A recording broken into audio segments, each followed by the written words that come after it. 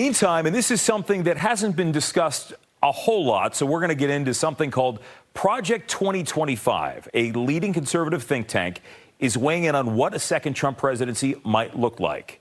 Project 2025 includes a massive overhaul of the federal government as we know it.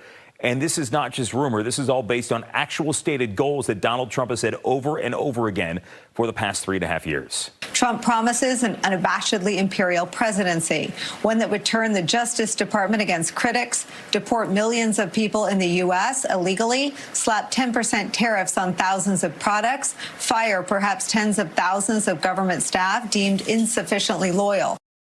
Now, the leader of the group, by way of the Heritage Foundation, is a guy by the name of Kevin Roberts. And this week, he was talking about the whole thing on Steve Bannon's podcast. And if you're watching, you're realizing that the guy you're about to see is not Steve Bannon, but former Virginia Congressman Dave Bratz.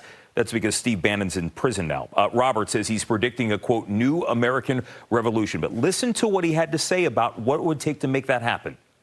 I come full circle in this response and just want to encourage you with some substance that we are in the process of the second American Revolution, which will remain bloodless if the left allows it to be. You catch that?